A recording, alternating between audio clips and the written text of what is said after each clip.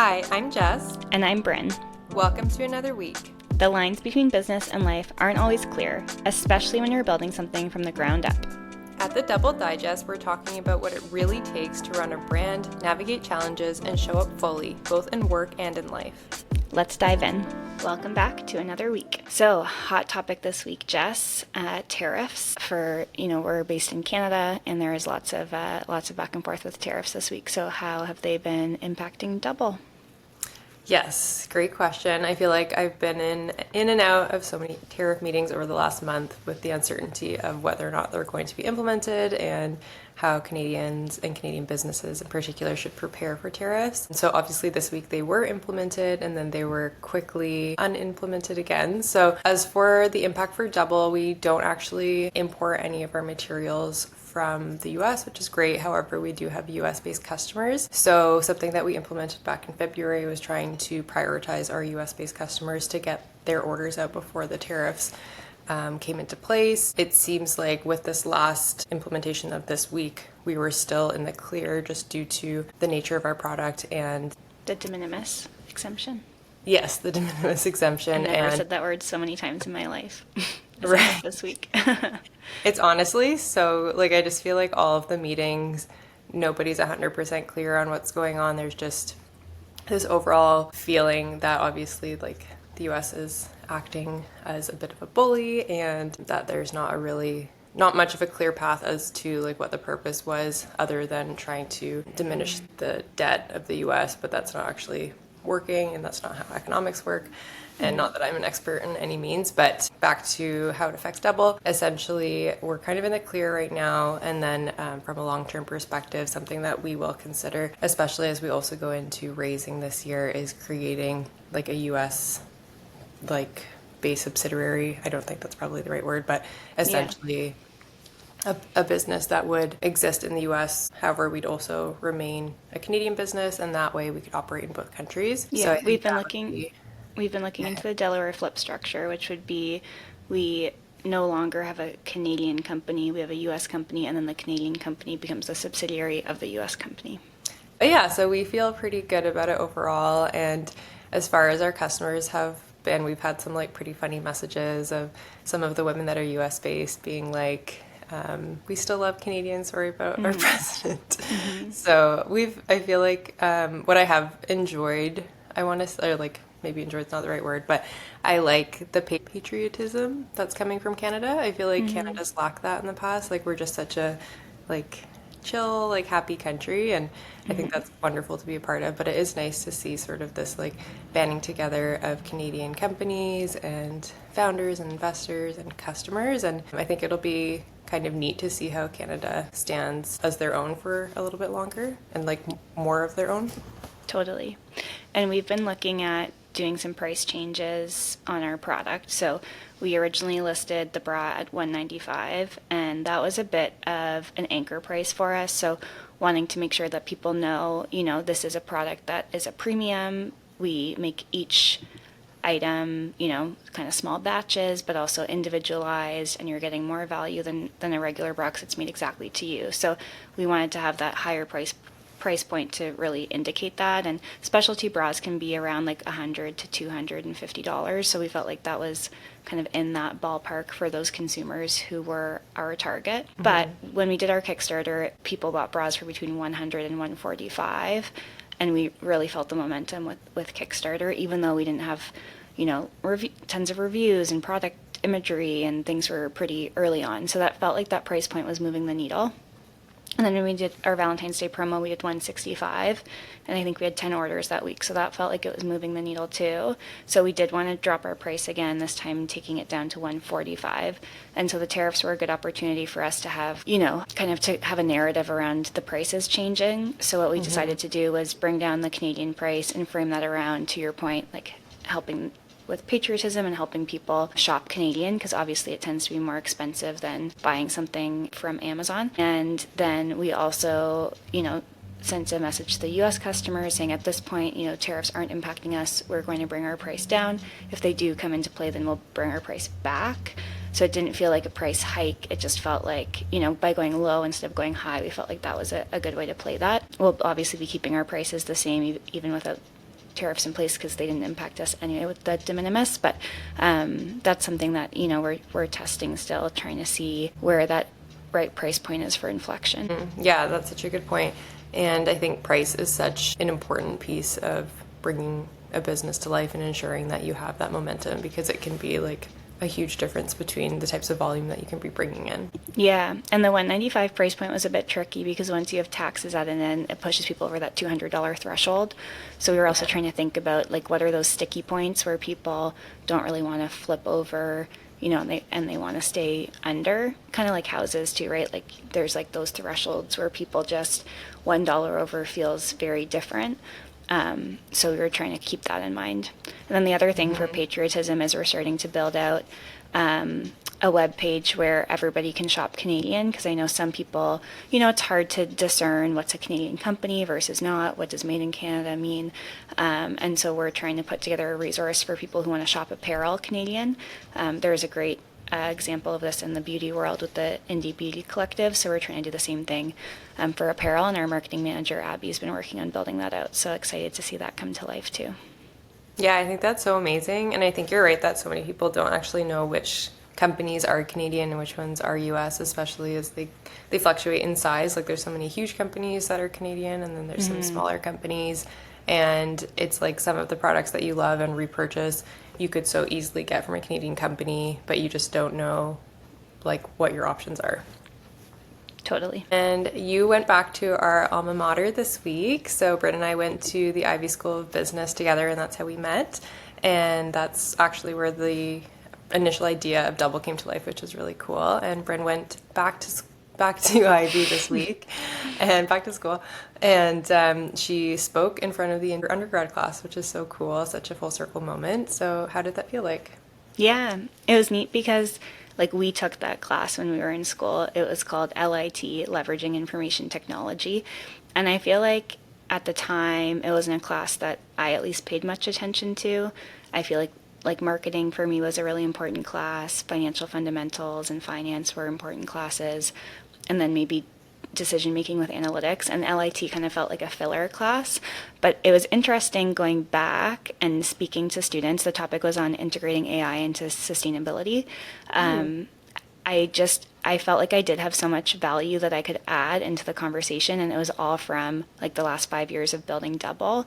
And so to feel like, like obviously you learn a lot in the classroom, but that I actually ended up applying a lot of the principles that we learned, things like iterating, so that you're not doing everything, you're not building technology at the beginning, but you're building a little bit, testing your proof of concept and iterating on that. Like that was a principle that we've put into practice with DOUBL that I remember them teaching. Things like, really understanding what the problem is that you're solving and not just building a solution. I think it just really did feel like a full circle moment to be back and adding value. And there was a student who came up after, and she was so excited about, the company, and that's always nice to see. And that to us really is kind of like a hiring pipeline. And I don't think people realize how much it makes a difference to have those early conversations. Like we're not hiring right now, but to have met somebody who's engaged in the business, who has the confidence to come and speak, and to us, I think is really great to see. So we're always looking for things like that too.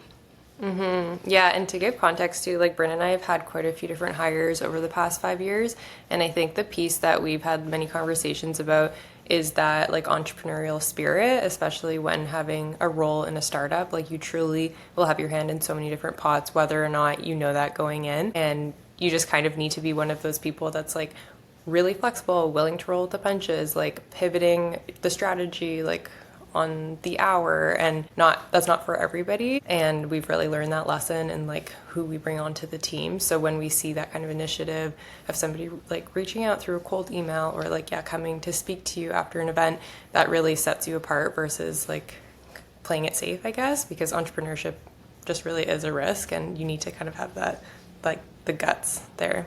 Yeah, totally. I would say adaptability is one of those like skill sets we look for in employees. Ownership, I think, would be another one, like really owning what you're doing and being the person who's thinking about what are the next things. Because the other thing that's tricky is that we are managers, but we have so much we have to do on the side that it's not like a traditional manager where it's a very, hierarchical system and you have people above and below you. Like it's us kind of building the ship as we fly it, and so it's hard sometimes to also be managing other people.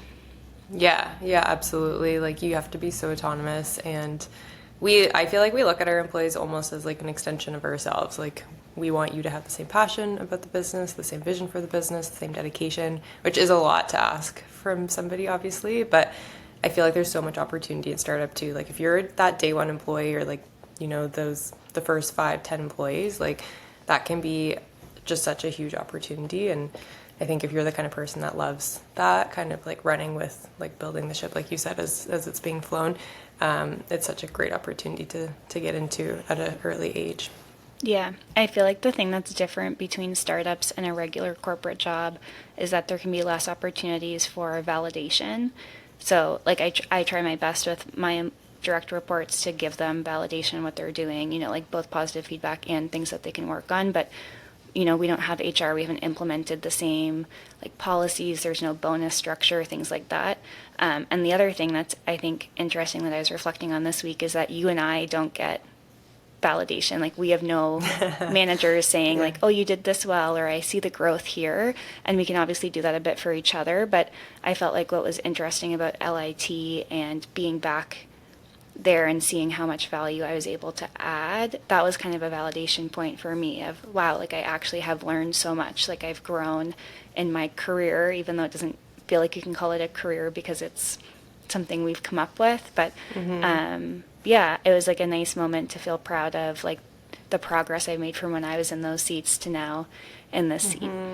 Yeah, no, that's so true, 100%.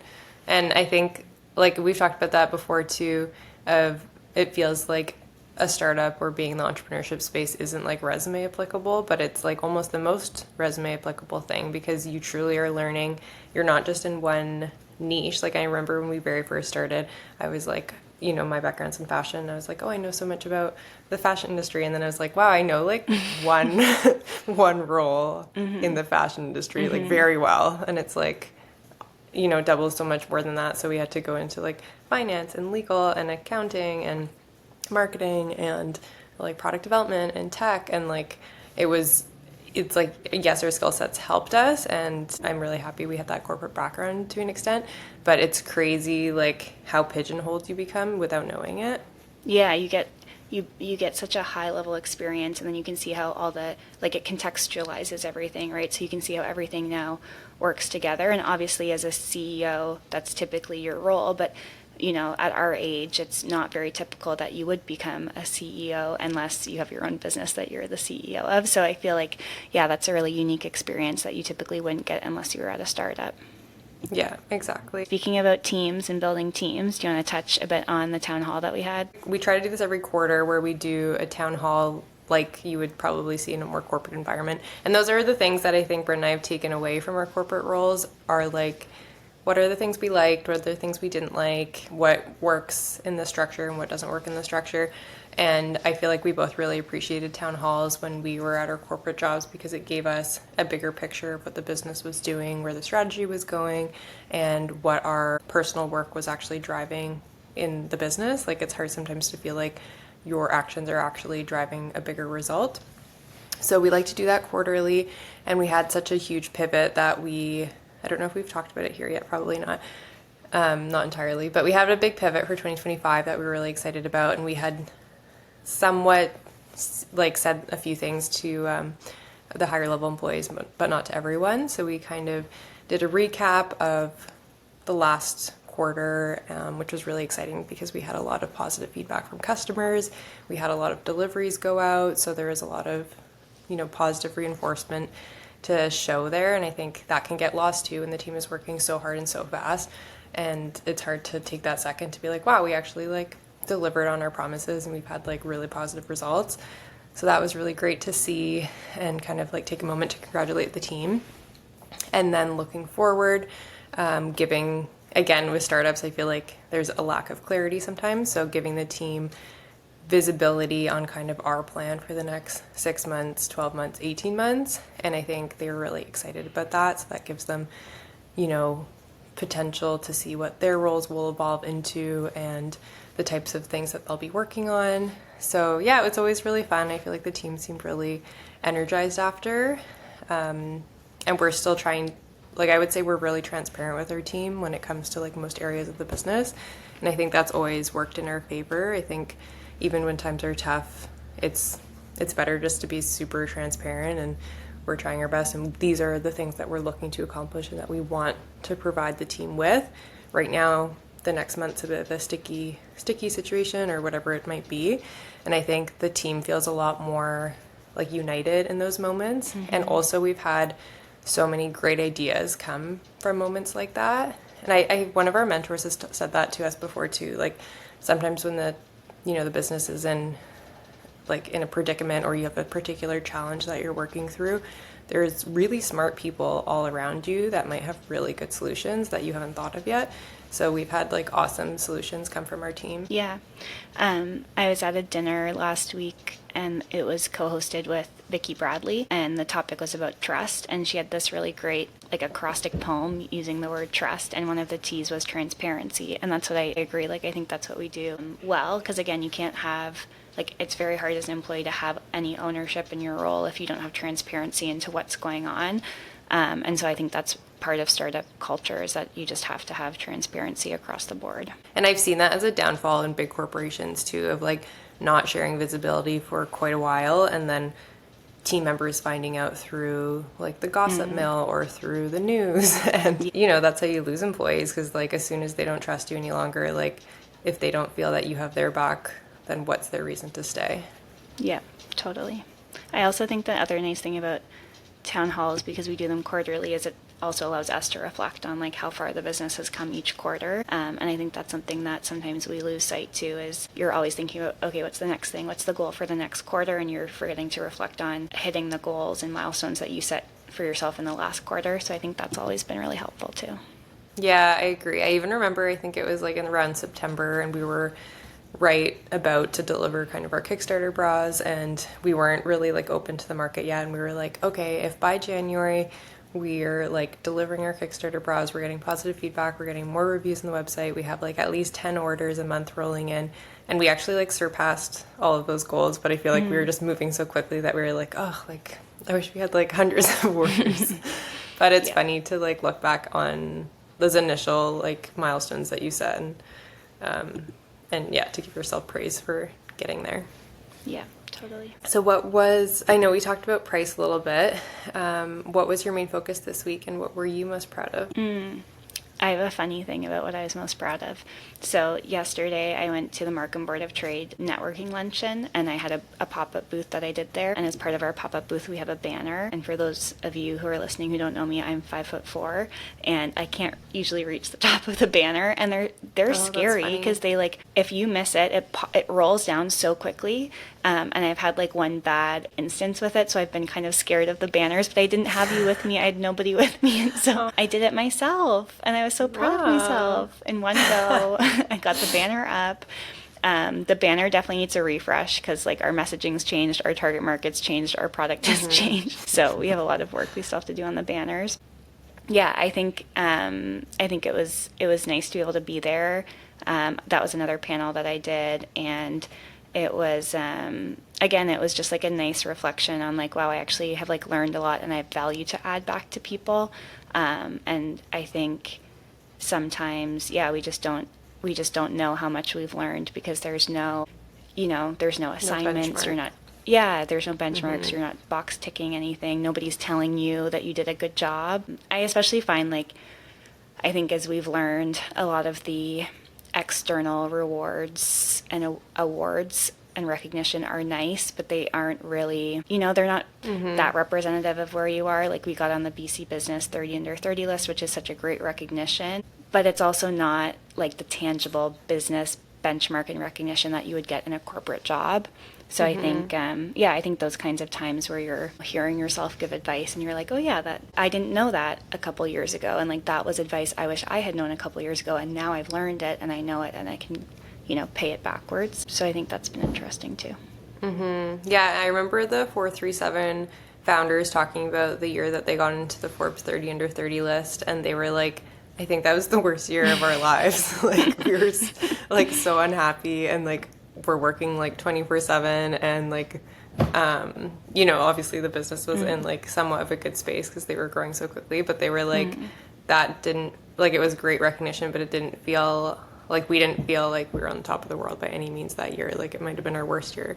So I think that also gets lost in the mix, is like the grind can get so challenging, and like, what does success actually mean? Like, it means like spending time with your friends and family, and like taking care of yourself, and you know, like Having we've had happy that customers. yeah, we've had that conversation too. It's like, if you sell the business for like, you know, 300 million more compared to 500 million, like at what point is like, does it matter at the end of the day? I went to a round table this week, and I felt the same way, where like we were just like, you know, sharing advice, and people kind of like went around saying what they were hoping to get out of it, or what they were struggling with at that time, if anyone had, you know, advice or support, or they could, you know, action their request. And I feel like one area in particular that I've gotten really strong in is like grants and like non-dilutive funding, and I like didn't even realize it, and then now when I speak to people and I'm like, these are all the grants you can get for hiring, or this is like this because you're in this industry, and blah blah blah blah.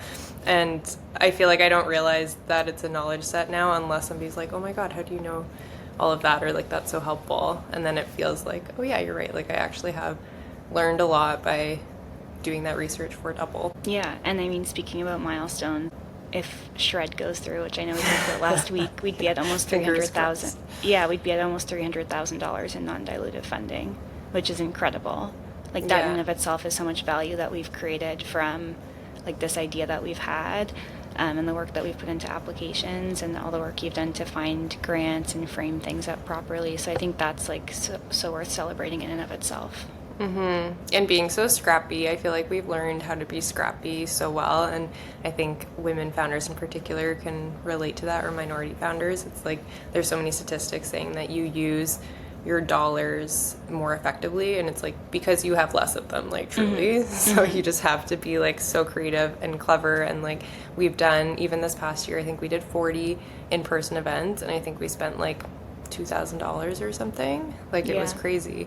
And I feel like you do that because you have to, and then you end up building so much value for such a little like investment. Obviously there's time investment and things like that, but less money investment, which is really cool.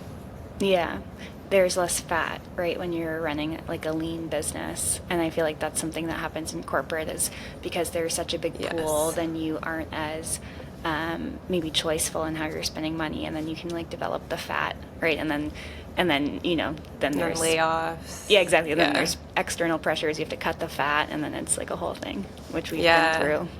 Yeah, I feel like we've been through times. that like many times. Yeah, obviously not in our business, but in our corporate jobs.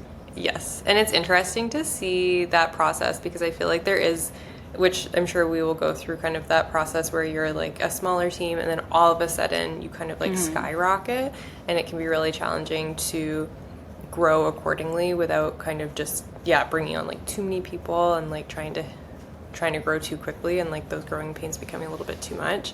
But I do think we've had such good visibility in our corporate jobs of that happening.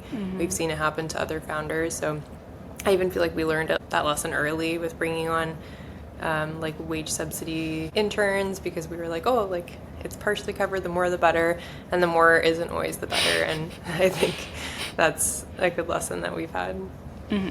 Yeah.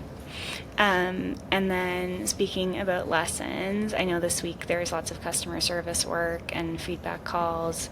Did you learn anything new this week? Yeah, I would say we went through, like Bryn, myself, and our marketing manager went through kind of like all the feedback we've gotten so far. So it's kind of around like 60 plus customers of the people we've been able to get a hold of. And we have been calling everybody, which I would highly recommend for smaller businesses to do, because we found that the customers are like really appreciative, because there's not a lot of that type of customer service any longer. And especially with our product being so customized and like personal, they feel really like taken care of, I think, which has been really great. I would say the biggest takeaways for us have been, we have this like really elaborate packaging that we've put a lot of thought into, because we want it to be seen as more luxury product. And despite everyone saying like they love it, they were like, we don't need all of this. And I think Abby our marketing manager, put a good. She put it in good perspective. She was like, it's kind of like the Apple boxes where they're like so nice and you want to keep them and then you end up like having them under your bed forever, but you never use them. So it's kind of like that. And then it kind of rolled into the tariff conversation because the bigger your packaging is, the more expensive it is to ship. And shipping is already a high expense. And then the thought of adding like another 25% on to that was a lot. So it was like, okay, how can we reduce our shipping? So it was kind of nice to actually see that our customers didn't want it because it's easy to make the shipping smaller and like, yeah, tighter. And then the other takeaways, I mean, we've learned a lot about product iteration, which I also think is something we've done really well. And I would recommend other companies do the same. Like, we're so clear now on what it is exactly that our customers need to see in like the version 2 of this product. Yeah. And we feel really confident that when we can release that, you know, we're just going to have like that many more orders and that many more positive reviews. So those two things being like people want seamless and nipple coverage from a bra. So obviously it's going to be different for everybody, but that makes a lot of sense. It's like the most consistent feedback we've gotten throughout every single person. So definitely what we'll action next. I think what's important for like founders to always keep in mind too is who's giving you the feedback, right? Because if you're, you know, if it's somebody who's not your target market giving you feedback, then you can kind of, you know, put that away for the next time that you expand your target market. But for us, like we're really focused on helping women who are going through perimenopause and menopause as their bodies change. So we are making sure that like this feedback that we're getting is coming from that target market. And so this specifically for product market fit, we do have some tweaks we need to make on the product to make sure that we are like closely connecting to this market. And we were part of LOI, so League of Innovators Boost program, and they did like a deep dive day yesterday, and one of the speakers was Janet Bannister, who's the founder of Staircase Ventures, a venture fund in Canada. And we had this question to another speaker as well, but you know, we're thinking about, we have this product that people are wearing and loving, you know, and we wear our bras every single day too, and they are transformational in that you get support and comfort at the same time because of the fit. But we know that we have these, you know, hesitations from customers who haven't purchased yet around nipple coverage and the seam that runs through the cup. So the question was, okay, do we like really try to put our marketing efforts against this current product, or do we take some of the funds and instead innovate on a V2 before we then put the marketing, you know, like ramp up marketing spend? And Janet had previously worked at eBay as like an early employee there, and she also founded Kijiji. And at eBay, they really focused on collectibles at the beginning, and that was their product market fit, was the collectibles market, and obviously their product was their reselling platform with bidding and auctions. And I think what she was saying was, you know, they really focused just on collectibles and made sure that their product was good for that market, and that you just need to focus so hard on that one market. So I do think, you know, that's a focus that we'll have to tackle over the next few months. We'll be part of the National Menopause Show in October, which is really exciting because it's like, how often do you get to have a show where it's just your target market there, and they're so enthusiastic. But I think, you know, it'll be a bit of a tight timeline to get a V2 ready by then, but I think we can do it.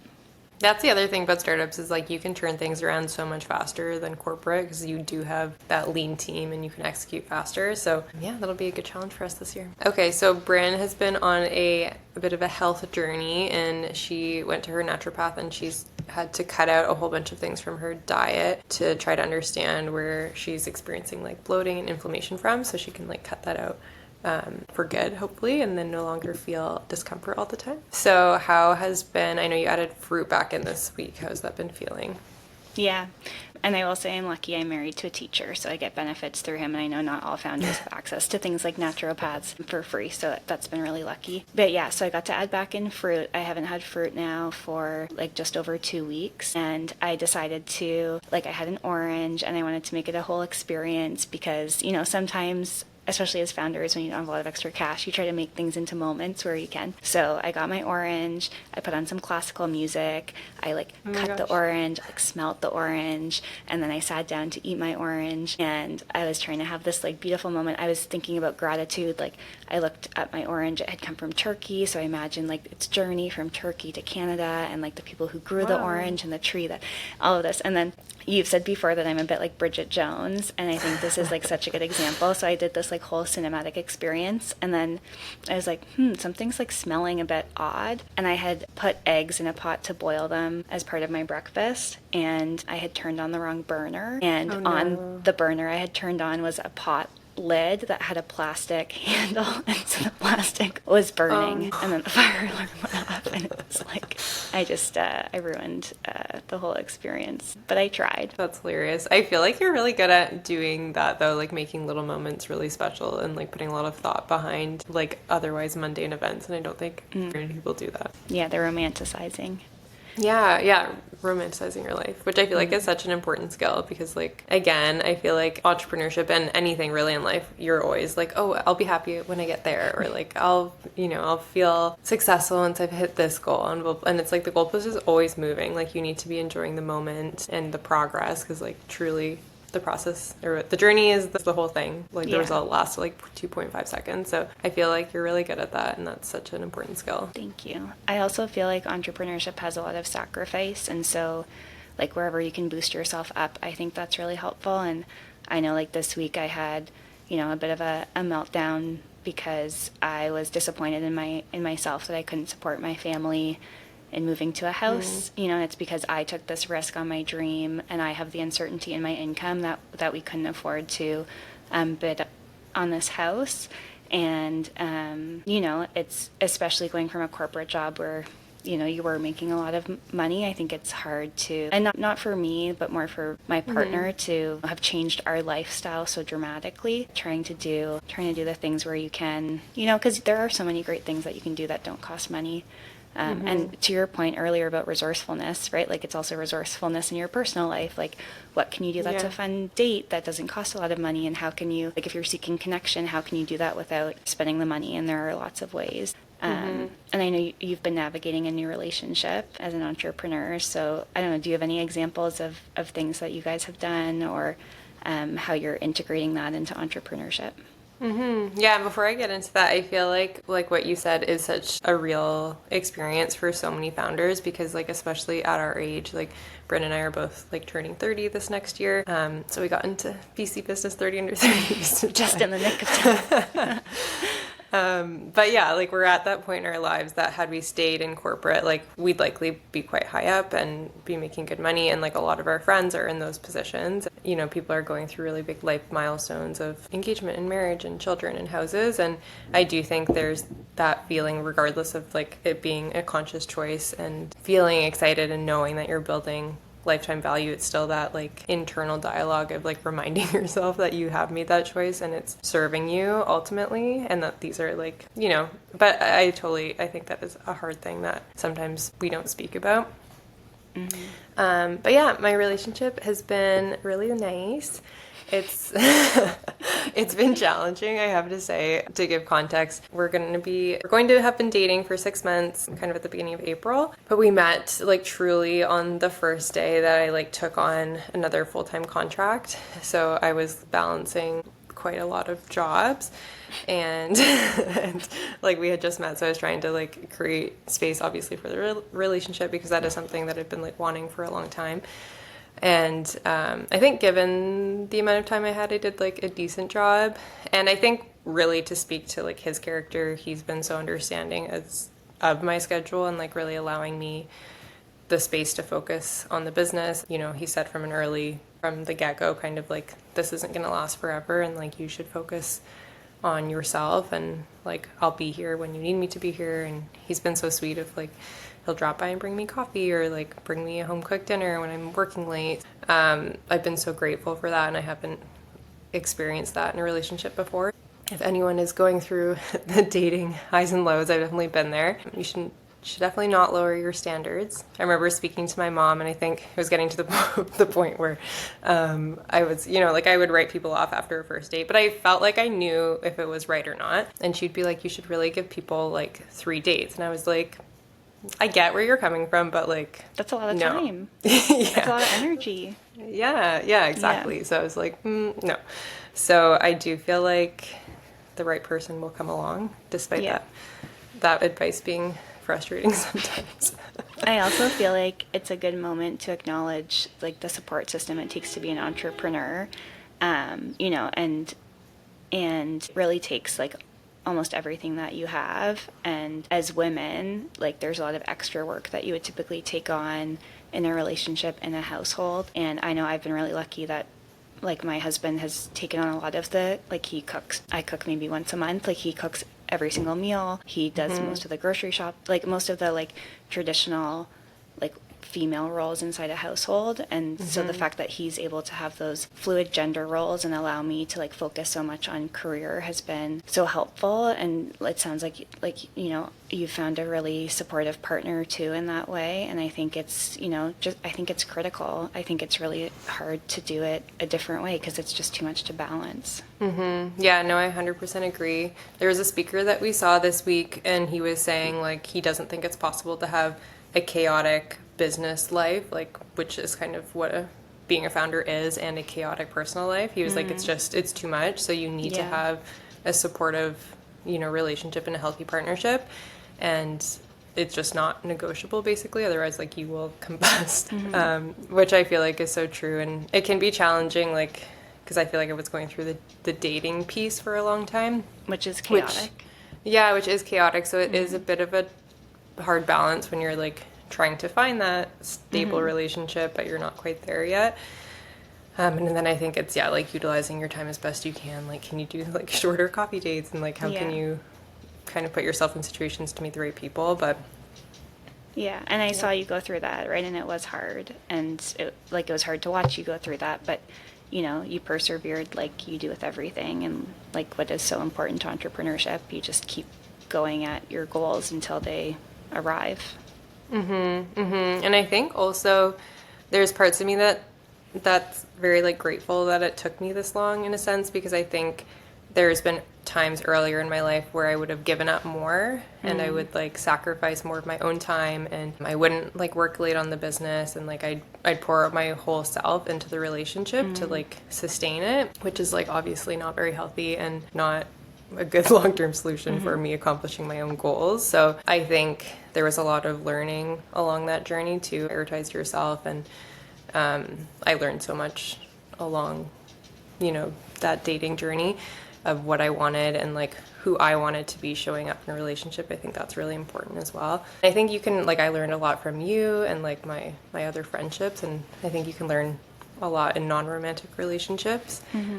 And I don't know if I would have chosen, like, as supportive of a partner earlier if, like, one of the past people have, like, had stuck, you know? That's funny. I like two parallels. One is it's almost similar to how if you're a business and you decide to raise equity really early, you're going to have to give up more of your business, right? Like, it's almost, like, I feel like that's an interesting parallel versus you've, like, inherently or kind of, like, bootstrapped yourself.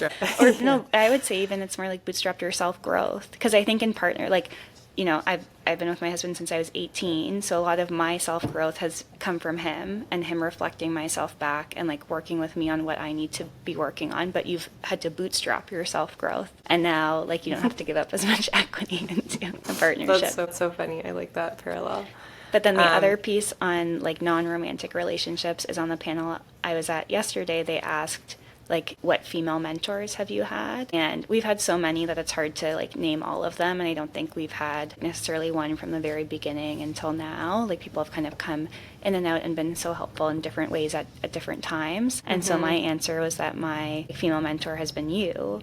Because I feel like you've been a really good mirror, and similar to how, like, you know, we don't have managers who can tell us what to do and what not to do. Like, you've been very good at you know, celebrating the times where I've provided value and helping give feedback on the times where I'm, you know, not. And I think we've grown because we've been together as well. I think it would be a lot harder to have that kind of direction and self-growth and, like, mentorship if you were a solo entrepreneur. So yeah, like, that I hadn't prepped for that question, and that, like, was the first answer that popped into my head, and I thought that was interesting. Oh, that's so sweet. No, I'm so grateful for your friendship and business partnership. And I think for people listening, like, obviously co-founderships can be challenging, especially, like, we had a unique story of having already been, like, best friends, and, you know, that can go one of two ways. But I think we've done a really good job of prioritizing our friendship, and knowing that like that is the foundation of the business, and if our friendship isn't good, the business isn't good. And yeah, like we talk about being spouses to each other all the time. Like it's so similar. Like you talk about finances, like we quite literally speak every single day, like all day, about personal things, business things. There's like hard conversations that you have to have, because obviously entrepreneurship impacts your personal life and like your loved ones and everything. So I feel like it's been a huge learning experience in relationships. Yeah, okay. We'll see you all next week. Bye. Building something new, whether it's a business brand or a personal brand, is always a journey. We appreciate you tuning in to the Double Digest. If this episode resonated with you, let us know with a review, share with a friend, and subscribe to keep up with more behind the scenes and real talk. See you next Monday.